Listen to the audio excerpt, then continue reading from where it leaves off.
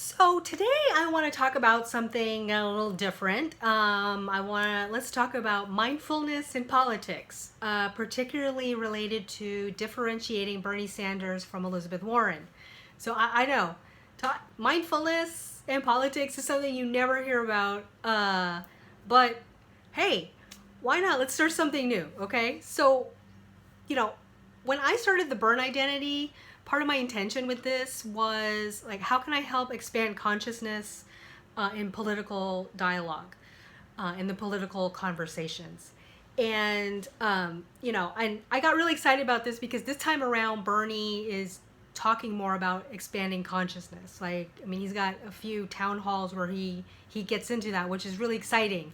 Um, right? Talking about like how do we raise the frequency, like how do we operate at a higher level where again this concept of we are all in this together is like an expanded consciousness view, right? Because in our system today, our culture, it's very like you know very competitive. It's divisive. It's nationalistic, right? It's rugged individualism. Each man for his own, for his self, and that's not working anymore, right? So we're seeing the collapse of many systems, right? We're also seeing increased rates in like the opioid crisis is getting worse. Um, people are getting more people are getting divorced. People are getting sick. People are going bankrupt. They're going into debt. Like all of this, right? Because the system doesn't work anymore for all of us. It works for a handful at the expense of people, animal, and planet. And so again, just from like back to a mindfulness thing is how do we bring mindfulness back into our culture and our society? And all that change starts with us, right? We be the change we want to see in the world. And one of the things that I know a lot of us are attracted to Bernie is because he talks about like his leadership style is about coming from a foundation of love and compassion and solidarity, right? That we're all in this together. When you hurt, I hurt. When you are in pain, I am in pain. But also when you are prosperous, I am prosperous, right? Because when we work together, then everyone is uplifted, right? The whole rises up. And there is a huge like wanting and desire of that now, because again, the biggest thing that we have facing us is the climate crisis. I mean, we have less than 11 years, and then it's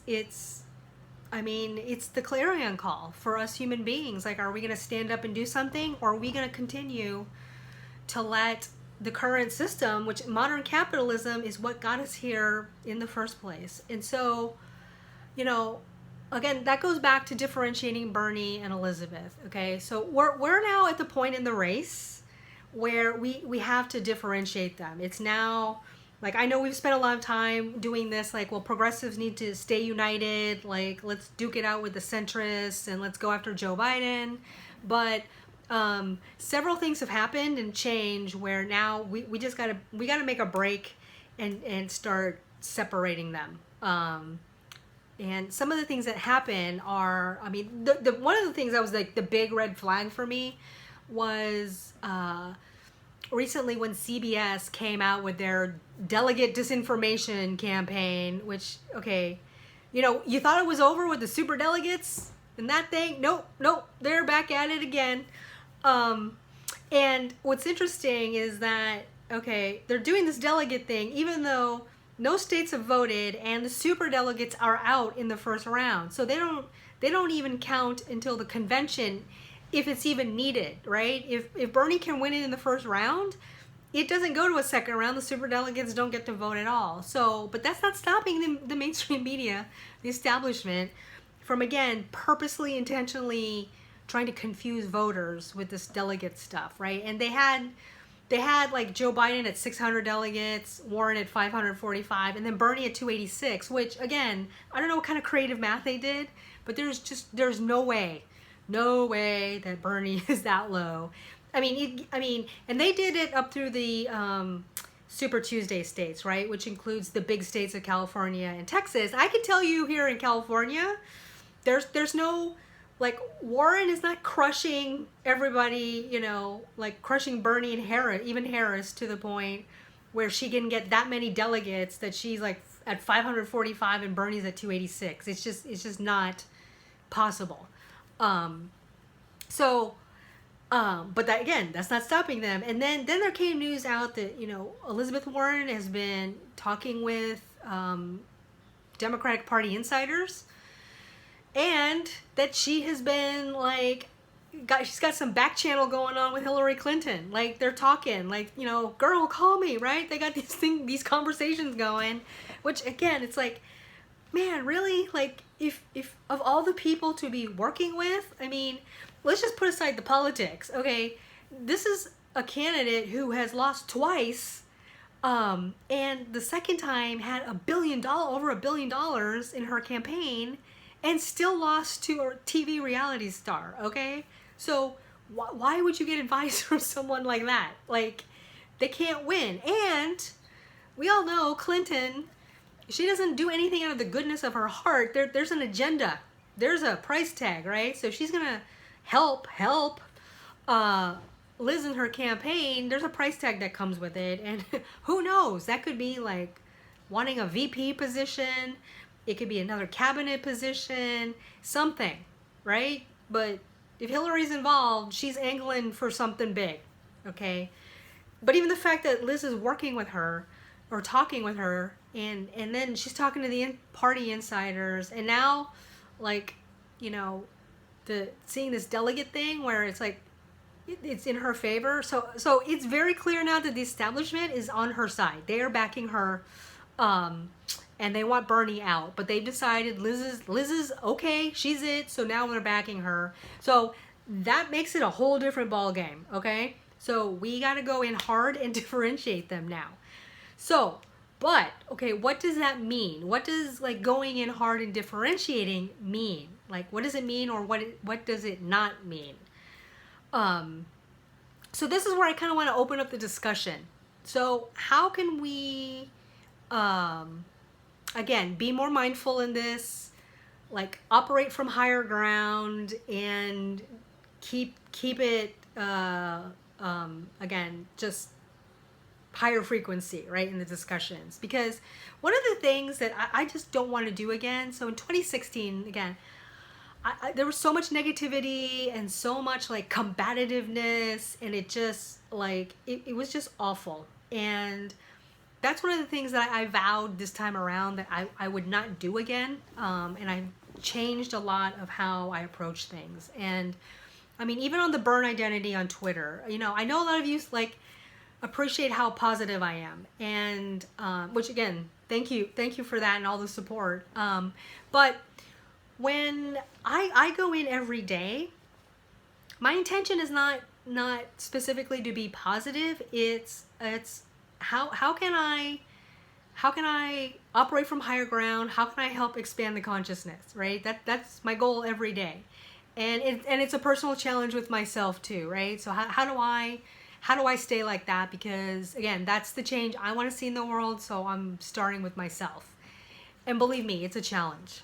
Like, on some day, it's getting easier now, right? Because I'm getting more in the habit. We're like 6 months into this, and it's much easier now. But there are moments where, again, like this thing with Elizabeth Warren, like, I have a lot to say. Like, there's a lot of things where I just want to get in there and just kind of, rip and shred. But I don't want to do that again, because, again, it brings on that negativity. And, like with the news of her talking to Hillary, we're now starting to see those memes with them together, and just the negative stuff. And I get why people do that, but it's just, how can we just not go down that path again?